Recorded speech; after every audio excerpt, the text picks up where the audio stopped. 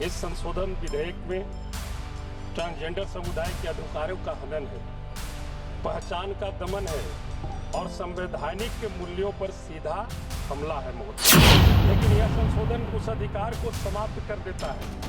न तो राष्ट्रीय ट्रांसजेंडर परिषद से सलाह ली गई, न ही राज्यों से परामर्श हुआ। जिलाधिकारी और मेडिकल बोर्ड को अत्यधिक शक्तियां देकर एक नई नौकरशाही खड़ी कर दी गई है। ट्रांसजेंडर समुदाय पहले से ही सामाजिक बहिष्कार, हिंसा और भेदभाव का सामना कर रहे हैं। यह कानून इन्हें और भी अधिक हाशिए पर धकेल सकता है। यह ट्रांसजेंडर संशोधन विधेयक 2026 बिल कमजोर और वंचित समुदाय के साथ खुला अन्याय है यानी ट्रांसजेंडर समुदाय के लिए 1 रुपया भी खर्च नहीं करना चाहती सरकार। 2019 के कानून में जो वादे किए गए थे, शिक्षा, स्वास्थ्य, रोजगार का धरातल पर कोई प्रभाव नहीं दिखता। श्री अभय कुमार सिन्हा जी। धन्यवाद सभापति महोदया। मैं अपनी पार्टी राष्ट्रीय जनता दल के तरफ से ट्रांसजेंडर व्यक्तियों अधिकारों का संरक्षण संशोधन विधेयक 2026 के विपक्ष में बोलने के लिए खड़ा हुआ हूं।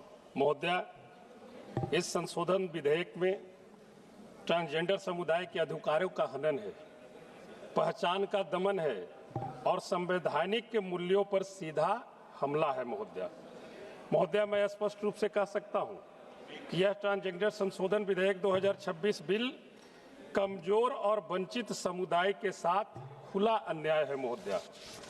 2014 के नेल्सा फैसले ने आत्म पहचान के अधिकार को संविधान के अनुच्छेद 14, 15, 19 और 21 के तहत मान्यता दी थी, लेकिन यह संशोधन उस अधिकार को समाप्त कर देता है।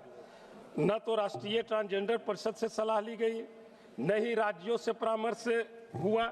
जिलाधिकारी और मेडिकल बोर्ड को अत्यधिक शक्तियां देकर एक नई नौकरशाही खड़ी कर दी गई है, जो शोषण का माध्यम बन सकता है महोदया। जहां ट्रांसजेंडर समुदाय पहले से ही सामाजिक बहिष्कार, हिंसा और भेदभाव का सामना कर रहे हैं, यह कानून इन्हें और भी अधिक हाशिए पर धकेल सकता है।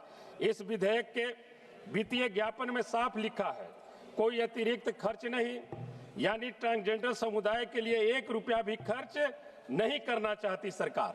2019 के कानून में जो वादे किए गए थे, शिक्षा, स्वास्थ्य, रोजगार का धरातल पर कोई प्रभाव नहीं दिखता है। बिहार में लाखों ट्रांसजेंडर नागरिक है महोदया, लेकिन न तो उन्हें रोजगार से जोड़ा गया, न ही कौशल विकास से के लिए कोई काम हुआ और न ही आवास योजना का कहीं लाभ मिला।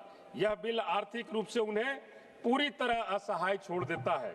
नीतिगत स्तर पर भी सरकार की अहंकारी और केंद्रीकृत सोच को दर्शाता है। न कोई आरक्षण, न कोई विशेष बजट, न कोई प्रभारी कल्याणकारी योजना। जो योजनाएं चल रही है, गरिमा गृह, स्माइली योजना, आयुष्मान टीजी प्लस, ये सब योजना महोदया कागजों पर ही सिमटी हुई है। बिहार में किन्नर कल्याण बोर्ड तक सही से काम नहीं कर पा रही है। यह संशोधन इन समस्याओं का समाधान देने के बजाय और जटिलता पैदा कर दिया है महोदया। मैं निश्चित तौर पर सदन के माध्यम से सरकार से आग्रह करना चाहूंगा कि इस विधेयक को तत्काल वापस लिया जाए और अस्थायी समिति को भेजा जाए। आत्म पहचान का अधिकार पुनः बहाल किया जाए। शिक्षा और सरकारी नौकरियों में हॉरिजॉन्टल रिजर्वेशन लागू किया जाए। ट्रांसजेंडर कल्याण बोर्ड को वास्तविक शक्तियां और संसाधन दिए जाए महोदया। इन्हीं चंद शब्दों के साथ आपने समय दिया, मैं आपका बहुत बहुत आभार प्रकट करता हूं। धन्यवाद।